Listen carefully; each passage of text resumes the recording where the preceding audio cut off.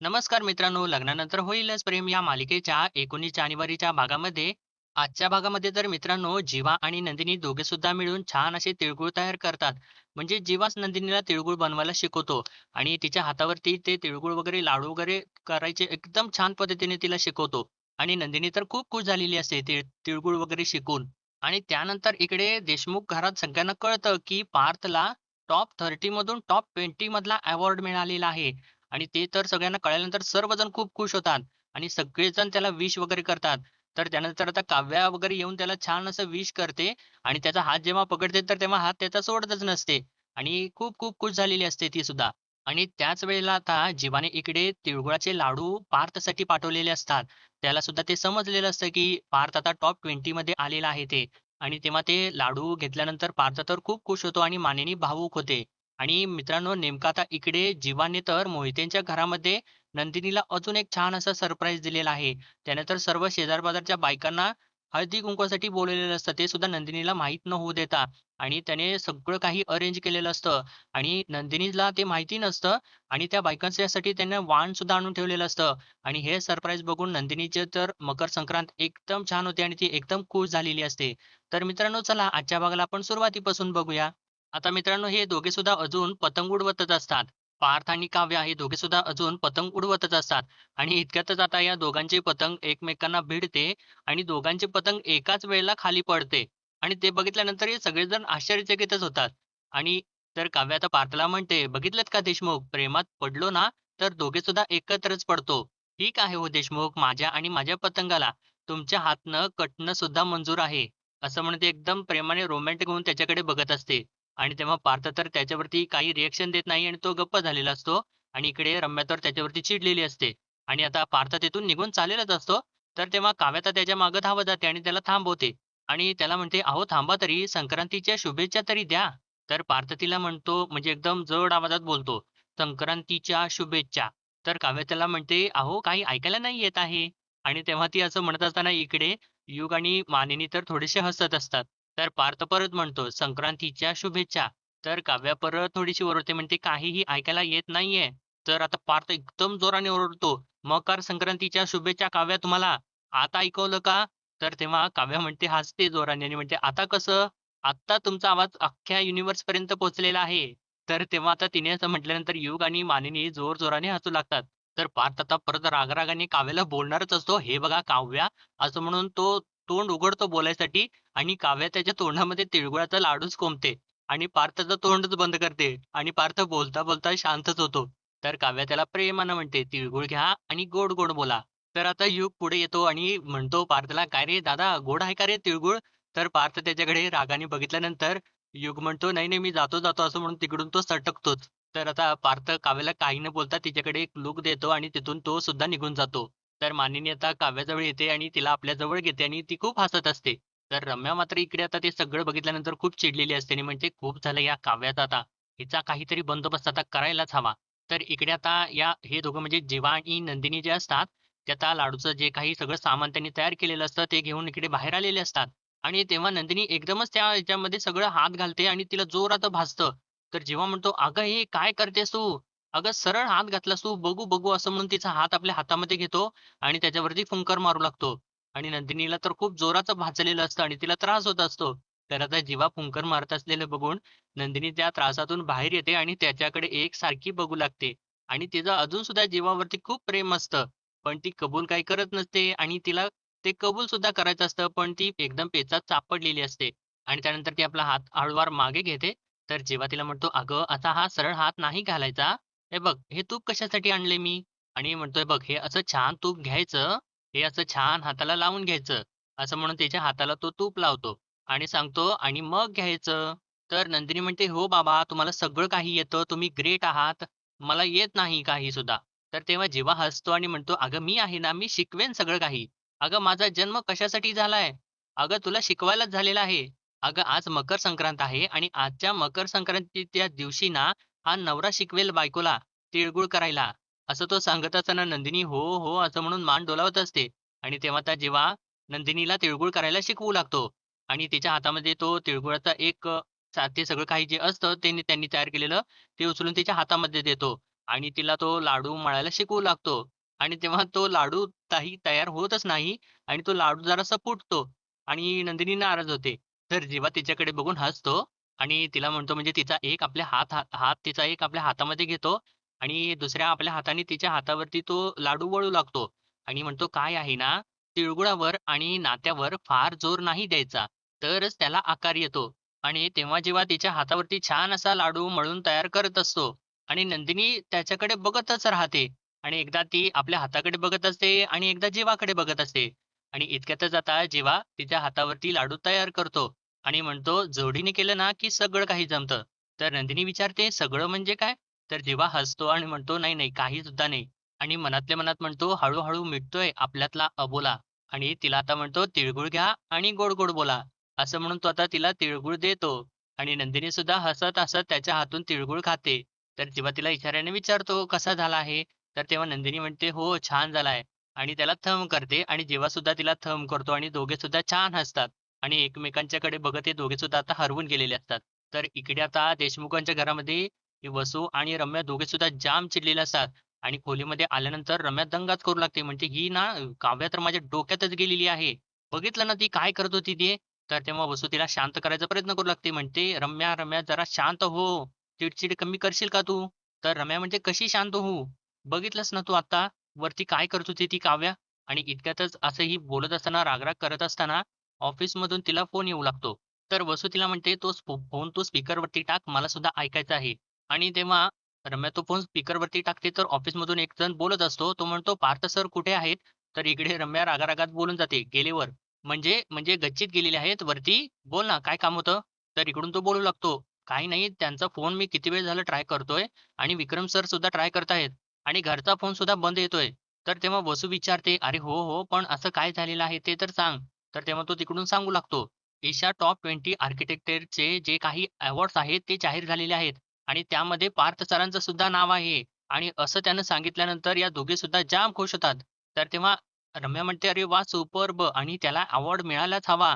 "Okay, okay. ठीक आहे. मी पार्थ सरांना सांगते, तू फोन ठेव." असं म्हणून ती आता फोन ठेवते आणि तेव्हा रम्या खूप खुश झालेली असते आणि वसूला म्हणते, "आई, आई, येस, येस. आणि गेल्या वर्षभरामध्ये जेवढे सुद्धा प्रोजेक्ट झालेले आहेत ना, त्यामध्ये मी पार्थसोबत काम केलेलं आहे. म्हणजे त्याला जेव्हा अवॉर्ड मिळेल, तेव्हा तो माझं नाव घेईलच ना गं?" असं ती विचारते. तर वसू सांगू लागते, "अगं घेईल गं, नक्की घेईल. आणि तुला खरं सांगू का? मला असं आतून वाटतंय, की हे अवॉर्ड पार्थला नक्कीच मिळेल आणि अवॉर्ड घेताना तो तुझा उल्लेख नक्कीच कळेल. प्रोफेशनल आहे गं पार्थ आणि मायाळू सुद्धा आहे." तर रम्या म्हणते, "म्हणूनच तर तो मला आवडतो." तर आता हे सगळं ऐकल्यानंतर वसू म्हणते, "मला एक आयडिया सुचलेली आहे." तर रम्या विचारते, "कसली आयडिया?" तर वसू आता सांगू लागते, म्हणते, "ज्या दिवशी अवॉर्ड मिळेल ना, त्या दिवशी पार्थ स्वतःहून काव्याला घराबाहेर काढेल. अशी आयडिया सुचलेली आहे मला." तर रम्या म्हणते म्हणजे ती खूप एक्साइटेड होते. म्हणते, "अगं काय सांगतेस? अगं मग सांग ना पटकन काय आयडिया आहे ते सांग लवकर, लवकर सांग." तर वसू आता तिला सांगू लागते. म्हणते, "मला मान्य आहे रम्या, आजची संक्रांत वाया गेली. पण लवकरच मी काव्याच्या आनंदावरती संक्रांत आणणार हे नक्की." आणि यांचं हे सगळं काही आता दोघींचं बोलणं चालू असतं आणि त्यानंतर आता रात्रीच्या वेळेला म्हणजे संध्याकाळच्या वेळेला इकडे मोहितेंच्या घरामध्ये जेव्हा आता एक पार्सल देत असतो एकट्याकडे आणि त्याला म्हणतो, "हे घे आणि हे सांभाळून व्यवस्थित घेऊन जा." आणि "काय रे, या अख्ख्या एरियामध्ये तू एकटाच डिलिव्हरवाला आहेस का? काय सांगू नकोस, जा, जा." असं म्हणून त्याला आता पाठवून देतो. आणि म्हणतो, "काय प्रत्येक वेळेला हाच येतो?" असं तो बडबडत असतो. इतक्यात नंदिनी आता तिथे येते आणि त्याला विचारते, "काय झालं? कोण होतं?" तर जेव्हा म्हणतो, "काही नाही, डिलिव्हरीवाला होता. माझ्या बड्या भैय्यासाठी ना मी एक गंमत पाठवलेली आहे." तर नंदिनी विचारते म्हणजे ती थोडी उत्सुक होते आणि विचारते, "काय गंमत पाठवलेली आहे?" तर जेव्हा म्हणतो, "तुला का सांगू? सिक्रेट आहे आमचं." तर नंदिनी म्हणते, "तुमच्या बडे भैय्यासाठी तुम्ही काय गंमत पाठवलेली आहे ना, याचा अंदाज मी लावू शकते." तर जेव्हा म्हणतो, "हो का? बरं सांग बरं काय पाठवलेलं आहे मी?" तर नंदिनी म्हणते, "मग मी तरी तुम्हाला का सांगू?" तर जेव्हा म्हणतो, "हां, हमारी बिल्ली हामी से म्याव." अरे, हे म्हणजे स्टुडंटने प्रिन्सिपलला शिकवल्यासारखं आहे. तर नंदिनी म्हणते, "हो, हो, ते सगळं ठीक आहे. पण आज संक्रांतीच्या दिवशी तुम्ही टीचर होऊन मला जे काही सगळं तिळगुळ वगैरे करायला शिकवलत, त्याबद्दल थँक यू. आजची संक्रांत खरंच खूप गोड झाली." तर जिवा म्हणतो, "पण संक्रांत अजून संपली कुठे?" तर तेव्हा जिवा म्हणतो नंदिनी विचारते, "म्हणजे काय?" तर जिवा म्हणतो, "सरप्राईज." तर जिवाने सरप्राईज म्हटल्यानंतर तिथे भरपूर साऱ्या म्हणजे शेजार-पाजारच्या बायका आलेल्या असतात आणि त्यासुद्धा एकदम सरप्राईज असं म्हणतात आणि त्यांना बघितल्यानंतर नंदिनीला धक्काच बसतो आणि तेव्हा जिवा परत एकदा surprise, yes ladies please come in. या मोहितेंच्या घरात हा देशमुख तुमच्या सगळ्यांचं जोरदार स्वागत करतोय, असं त्यांना म्हणतो. तर तेव्हा त्या बायका सर्व हसत-हसत आतमध्ये येतात. तर त्यामधली एक बाई म्हणते, "हा जिवा म्हणजे ना एक अजबच रसायन आहे. कधीही बघा कायम उत्साहीच असतो." आणि दुसरी एक बाई विचारते नंदिनीला, "अगं नंदिनी आई कुठे दिसत नाही?" तर तेव्हा नंदिनी म्हणते, "हो, ते आई-बाबा जरा बाहेर गेलेले आहेत." तर तेव्हा ती बाई म्हणते, "अगो बाई, काय सेकंड हनीमूनला गेली की काय?"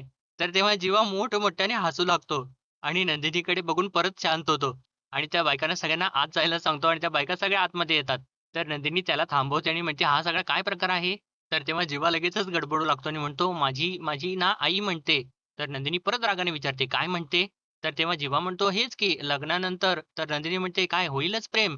तर जिवा म्हणतो, "ते तर म्हणतेच, हे सुद्धा तर म्हणतेच ती, पण हे सुद्धा म्हणते की लग्नानंतर ना सवाष्णीबाईचा हळदी-कुंकू व्हायला पाहिजे."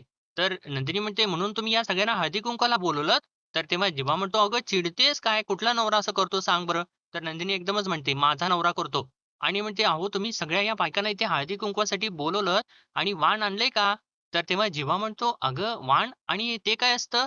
तर नंदिनी म्हणते, "कहर आहात तुम्ही तर. मी म्हटलं होतं, की आजची संक्रांत किती गोड झालेली आहे, पण नाही, पण नाही. मातीखाली नाही तर जिवा कसले?" असं हे दोघे बोलत असतात. तर तेव्हा तिकडून एक बाई म्हणते, "अगं नंदिनी काय गं आम्ही चुकीच्या वेळी आलो की काय? ये, ये आतमध्ये ये." असं ती बोलत असते, तर तेव्हा जिवा इकडून "आले, आले" असं म्हणतो आणि नंदिनीला तिकडून घालवून देतो आणि एकदम मस्त अशी स्टाईल मारतो. म्हणजे त्याने अजून पुढे काहीतरी छान असं सरप्राईज प्लॅन केलेलं असतं. तर इकडे देशमुखांच्या घरी फार मोठा जोराने असा दंगा चालू असतो आणि युग तर एकदम एक्साइटेड झालेला असतो. तर इतक्यात मानिनी तिथे येते आणि म्हणते, "अरे काय झालं काय? मला पण सांगा." तर तेव्हा युग सांगतो, "अगं आई, आपला पार्थ दादा टॉप 20 मध्ये आलेला आहे." तर तेव्हा मानिनी पार्थजवळ जाते आणि म्हणते, "अरे वाह! वाह! Parth congratulations, congratulations! अभिनंदन, अभिनंदन राजा." तर तेव्हा वसुसुद्धा त्याचं अभिनंदन करू लागते. म्हणते, "पार्थ, ही तुझ्या आयुष्यामधली खूप मोठी अचीव्हमेंट आहे बाळा. काँग्रॅच्युलेशन्स." तर युग आता पुढे येतो आणि म्हणतो, "दादा, दादा, मैं तो आज तुम्हें अपने कंधे पे उठाऊंगा." असं म्हणून त्याला उचलत असतो. तर मानिनी त्याला म्हणते, "अरे रे, सोड मेल्या, काय चाललंय तुझं? जमलं का? अरे तुझा जीव केवढा? त्याचा केवढा?" पार्थ म्हणतो, "अरे पाडलं असतं ना मग मला." तर युग म्हणतो, "सॉरी, सॉरी दादा, पण अरे हे एक चांगलं झालं, की तू माझ्याच रांगेत आलास." तर पार्थ विचारतो, "म्हणजे काय?" तर युग सांगू लागतो, "अरे म्हणजे टॉपर्सच्या रांगेत आलास तू. मी पहिल्या 5त आणि तू टॉप 20 मध्ये. वाह! वाह! तुझा म्हणजे नादच वेगळा आहे." तर तेव्हा मानिनी त्याला एक फटका मारते युगला आणि म्हणते, "अरे तू आत्ता पहिल्यांदा टॉप 5 मध्ये आलेला आहेस. अरे दादा कायम टॉपर आहे, लक्षात आहे ना तुझ्या?" तर युग म्हणतो, "हो, हो माते, हो लक्षात आहे हां. अरे दादाचा नाद करून चालतोय का?" तर तेव्हा आता रम्या पुढे येते आणि पार्थला मिठी मारत काँग्रॅच्युलेशन्स करत असते. तर तेव्हा पार्थ तिचा हात पकडतो आणि तिला थांबवतो तिथेच आणि तिला थँक यू असं म्हणतो आणि तिला आपल्यापासून लांबच ठेवतो. तर तेव्हा आता ते बघितल्यानंतर वसूला त्या गोष्टीचा थोडासा त्रास होतो आणि रम्याला तर खूप त्रास होतो आणि ती तिथेच थांबते. तर इतक्यातच आता काव्या तिथं त्या आपल्या बोक्याला घेऊन येते आणि त्याला म्हणू लागते, "अरे बोकुडी, माझ्यासोबत राहून-राहून तू खूपच पुढे गेलास की आयुष्यात. बघ फायनली तुझ्या मेहनतीला यश मिळालं, हो का नाही? हे बघ, तू जसा ना टॉप 30 मधून टॉप 20 मध्ये आलास, तसाच टॉप 20 मधून टॉप 10 मध्ये ये आणि मग टॉप 10 मधून अगदी टॉपर हो, नंबर 1. हे बघ मला माहिती आहे कॉम्पिटिशन खूप आहे, पण आमचा बोका सुद्धा काही कमी नाहीये." असं ती आता थोडंसं पार्थकडे सुद्धा बघत बोलत असते. तर तेव्हा वसूला त्या गोष्टीचा राग येतो आणि ती म्हणते, "काय बावळट आहे का ही मुलगी? इथं आपण सगळेजण पार्थचं अभिनंदन करतोय आणि ही त्या फडतूस बोक्याशी बोलत बसलीये. तर पार्थ आता म्हणतो, "त्या माझ्याशीच बोलतायत." असं म्हणतो आणि तो थोडंसं बाजूला बघतो. तर वसू विचारते, "तुझ्याशी?" तर तेव्हा काव्या एकदम म्हणते तिकडून, "सही जवाब." आणि त्या बोक्याला आपल्या हातातल्या बोक्याला म्हणते, "बघ सगळं कळतं आपल्या मिस्टर बोक्याला. चला सगळ्यांचं काँग्रॅच्युलेट करून झालं असेल, तर मग आता आपण करूया. चल." असं म्हणून ती पुढे जाते आणि रम्याला, "चल सरक, मागं सरक." असं म्हणून तिला मागं सरकवते. आणि आपला हात पुढे करून म्हणते, "काँग्रॅच्युलेशन मिस्टर देशमुख." असं ती स्माईल वगैरे करत बोलत असते. तर तेव्हा पार्थ आता आपला हात तिच्या हातामध्ये देतो आणि म्हणतो, "थँक यू." आणि परत आपला हात सोडवत असतो, तर काव्याने त्याचा हात घट्ट पकडलेला असतो आणि त्याचा हात ती सोडतच नसते. तर पार्थ आपला हात मागे खेचत असतो आणि थोडा रागाला चिडत-चिडत असतो थोडासा. तर काव्या म्हणते, "हात नहीं छोडना, साथ नहीं छोडना." आणि तेव्हा इकडे मानिनी हसत असते आणि वसू आणि रम्याला रागाला येत असतात. तर काव्या एकदमच त्याला असं गोल फिरवते आणि तेव्हा सर्वजण परत हसू लागतात आणि काव्या तर म्हणते, "3 cheers for Parth Deshmukh. Hip hip hurray! Hip hip hurray! Hip hip hurray!" आणि तेव्हा सगळेजण तिची साथ देतात. तर मानिनी आता विचारते, "अरे अवॉर्ड फंक्शन कधी आहे सांगा ना मला?" तर युग सांगतो, "अगं 4 दिवसातच आहे." तर मानिनी म्हणते, "अवॉर्ड तर आपल्या पार्थलाच मिळणार, मला खात्री आहे." तर आता काव्या एकदमच युगकडे बघते आणि त्याला एक डोळा मारते आणि आता म्हणू लागते ती. मानिनीला ती म्हणते, "आई, पण तुम्हाला असं नाही वाटत का, की माझ्या या बोकडीला सुद्धा क्रेडिट दिलं पाहिजे? त्याचाच तर पायगुण आहे हा." आणि म्हणते, "एक माझा हा बोका काय घरात आला आणि हा बोका टॉप 20 मध्ये गेला." आणि तेव्हा मानिनी आणि युग तर हसत असतात. तर रम्या चिडते आणि रम्या हिला काव्याला म्हणते, "अगे दीडशेने काय वाटेल ते काय बोलतेस तू?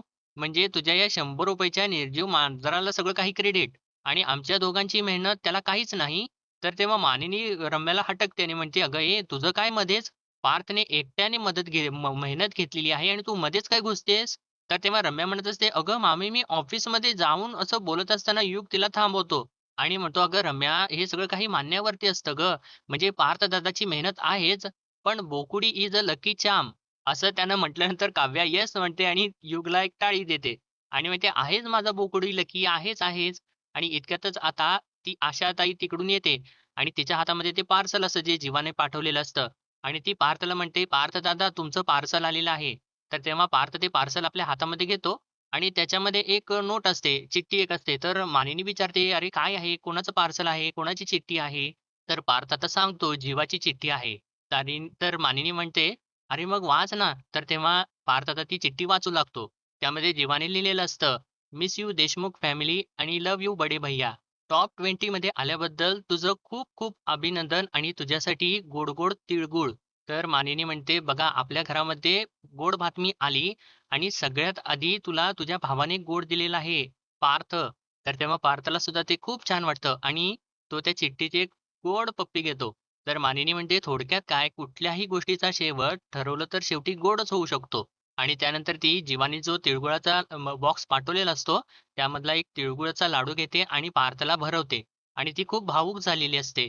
तर इकडे मोहितेंच्या घरी आता या बायका वगैरे सगळ्या बसलेल्या असतात आणि तेव्हा नंदिनीने त्यांना तिळगुळाचे लाडू दिलेले असतात आणि त्यामधली एक बाई म्हणते, "वाह नंदिनी, लाडू फार छान झालेले आहेत. जास्त नरमही नाही आणि फार कडकही नाही." तर तेव्हा जिवा म्हणतो, "हो, हो, हां." म्हणून तो हसत असतो. तर तेव्हा नंदिनी म्हणते, "हो, ते ना यांनीच शिकवलेले आहेत मला." तर तेव्हा ती बाई म्हणते, "अगं काय सांगतेस काय? अगं नशीबवान आहेस गं बाई तू. इतके सुंदर तिळगुळ बनवणारा नवरा मिळालेला आहे तुला." तर तेव्हा दुसरी बाई म्हणते, "नाहीतर काय, हे असले तिळगुळ तर आपल्याला सुद्धा जमत नाहीत." तर ही पहिली बाई म्हणते, "हो, मला थोडेफार जमतात आणि तुम्ही ते जोशीने दिलेले तिळगुळ खाल्लेत का?" तर तेव्हा जीवा विचारतो, "नाही हो, नाही खाल्ले." "का? का खरं?" तर तेव्हा ती बाई म्हणते, "अहो, तिळगुळ बनवलेत का वाटीत सुपाऱ्या घालून दिल्या, काहीच कळत नाही." तर जीवा म्हणतो, "काय म्हणता? अगो बाई!" असं म्हणून तो हसत असतो. तर नंदिनी त्याच्याकडे रागानेच बघत असते. तर ती बाई म्हणते, "अहो, खरंच त्यांच्या घरचे तिळगुळ जर खाल्ले ना, तर दाताचा तुकडा पडलाच म्हणून समजा." असं म्हणून त्या हसत असतात. तर तेव्हा जीवा म्हणतो, "हो का? अरे वाह, वाह!" आणि असं म्हणतो, "द्या, द्या. त्यांच्या वाटची टाळी माझ्या हातात द्या." तर तेव्हा ती बाई आता एक बाई नंदिनीला म्हणते, "अगं नंदिनी, तुझ्या हाती ना हा जीवासारखा आलेला नवरा आजचा जाऊ देऊ नकोस. अगं हल्ली आपल्या बायकोसाठी कोण करतं एवढं?" आणि दुसरी बाई म्हणते, "हो तर अगं नंदिनी, तुझ्या नवऱ्याने तुझ्यासाठी हळदी-कुंकू अरेंज केलं. नाहीतर आमचे नवरे त्यांच्या ड्रिंक पार्टीशिवाय काही सुद्धा अरेंज करत नाहीत." तर दुसरी बाई म्हणते, "माझा नवरा तर बिझनेसमधून माझ्यासाठी एक दिवस सुद्धा काढत नाही." आणि त्यानंतर म्हणते, "बरं, बरं, आता गप्पा-टप्पा खूप झाल्या. आपण हळदी-कुंकूसाठी आलोय ना इथे. मग आता ते आपण आटपून घेऊ." आणि नंदिनीला विचारते, "नंदिनी आपण सगळं काही आवरून घेऊ, पण तू त्या साने काकूंच्याकडे का नाही आलीस? मी शारदाताईला मेसेज केलेला होता." तर तेव्हा नंदिनी म्हणते, "हो का? मग आई कदाचित विसरली असेल." तर तेव्हा ती बाई म्हणते, "अगं, पण तू यायला हवं होतं. इतकं छान वाण दिलं ना त्यांनी."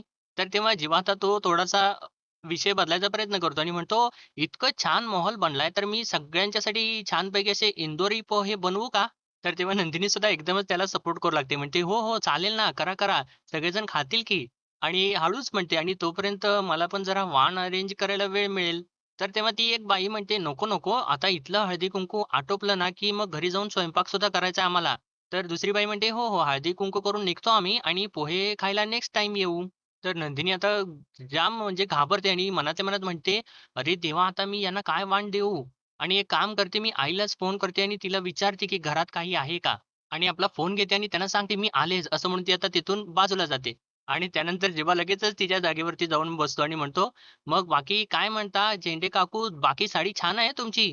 तर तेव्हा दुसरी बाई म्हणते, "अरे जेव्हा आमच्याही साड्या छान आहेत हां." तर तेव्हा जेव्हा हसतो आणि म्हणतो, "अहो द्या, द्या, द्या टाळी द्या हो, टाळी वाया घालवू नका, टाळी द्या." असं म्हणून तो आता छान कॉमेडी करत असतो इथे. तर इकडे नंदिनी आता स्वयंपाकघरामध्ये आलेली असते आणि ती शारदाला फोन लावत असते आणि म्हणते, "अरे बापरे! या आईचा फोन का लागत नाहीये? आता घरामध्ये एवढ्या सगळ्या बायका आलेल्या आहेत. आता मी यांना काय देऊ? आणि घरामध्ये आता एकसारख्या वस्तू सुद्धा नसतील आणि ब्लाउज पीस असतील का कुठल्यातरी खणात?" आणि म्हणते, "आईशी बोलावंच लागेल मला." असं म्हणून ती परत फोन ट्राय करत असते, तर तिचा फोन परत लागत नाही. आणि म्हणते, "आता काय करू मी? या जीवाने नको तो घोळ घालून ठेवलेला आहे." आणि तेव्हा ती बाजूला बघते, तर तिथे जीवाने काहीतरी एका चिठ्ठीवरती लिहून ठेवलेलं असतं आणि तो कुकर असतो, त्या कुकरवरती त्याने एक चिठ्ठी चिटकवलेली असते आणि त्याच्यावरती काहीतरी लिहिलेलं असतं. आणि तेव्हा नंदिनी त्याच्याकडे बघू लागते आणि जाऊन तो कुकर आपल्या हातामध्ये घेते आणि त्याच्यावरचं वाचू लागते. तर जीवाने त्याच्यावरती लिहिलेलं असतं, "हे काय लिहिलंय ते? चकाचक बाई तू कुकर मी शिट्टी. जेव्हा तुझ्यावरती प्रेशरचं टेन्शन येईल ना, तेव्हा मी शिट्टी वरती करून तुझं टेन्शन रिलीज करीन. आता मागचं कपाट उघडून बघ." आणि मागचं कपाट असं म्हटल्यानंतर नंदिनी थोडासा विचार करते आणि तो कुकर परत जागेवरती ठेवते आणि जाऊन मागचं कपाट उघडते आणि समोर बघते तर एकदम खुश होते. कारण जीवाने तिथे सगळं काही वाण वगैरे जे काही त्या त्या बायकांना द्यायचं असतं ते सगळं काही अरेंज करून ठेवलेलं असतं आणि ते बघून नंदिनी खूपच खुश होते आणि हिची संक्रांत आता खरोखरच जोरदार एकदम खुश एकदम आनंदात जाते. तर मित्रांनो, आजच्या भागामध्ये एवढंच आणि पुढील भागामध्ये आपण पाहणार आहोत काव्य आता त्या बोक्यासोबत खेळत असते, तर तेव्हा वरून वसू आणि रम्या खाली येत असतात आणि वसू आता तिथं थांबते आणि रम्याला म्हणते, "या बोक्याचा बंदोबस्त करायलाच पाहिजे." आणि तेव्हा रम्याने तर आपल्या हातामध्ये मोठीच्या मोठी कात्री घेतलेली असते आणि त्यानंतर ती आता त्या कात्रीने त्या बोक्याचे तुकडे-तुकडेच करून टाकते. आणि आता जेव्हा काव्याला तो बोका सापडत नाही, तर ती बोक्याला त्या शोधत-शोधत इकडे-तिकडे फिरत असते आणि तिला बोका काही तो सापडत नाही म्हटल्यानंतर ती हॉलमध्ये सुद्धा येते आणि तेव्हा मानिनी आणि पार्थ सुद्धा तिथे आलेले असतात. तर काव्य म्हणत असते, "बोका कुठं आहे? माझा बोका सापडत नाहीये." तर तेव्हा वरून त्या बोक्याचे सगळे काही जे तुकडे असतात ते खाली पडत असतात आणि कापूस वगैरे सगळं काही खाली पडत असतं. तर तेव्हा काव्या त्यामधला एक कापूस आपल्या हातामध्ये घेते आणि वरून तर रम्या आणि वसू हसत असतात तिच्याकडे बघून आणि तिच्या हातामध्ये ती कात्री वगैरे बघितल्यानंतर आता तिला लक्षात येतं काव्याला, की रम्यानेच त्या बोक्याचे काही तुकडे केलेले आहेत आणि आता काव्या इथून खालून जोराची रम्या अशी ओरडते आणि तिने असं ओरडल्यानंतर ही रम्या आणि वसू दोघे सुद्धा घाबरतात. तर मित्रांनो, आता ही काव्या जे काही हिने तुकडे केलेले असतात बोक्याचे, तर आता काय करते, तिला कसं धडा शिकवते ते आपण उद्याच्या भागामध्ये बघूयात. तोपर्यंत आपल्या व्हिडिओला लाईक, शेअर आणि सबस्क्राईब नक्कीच करा.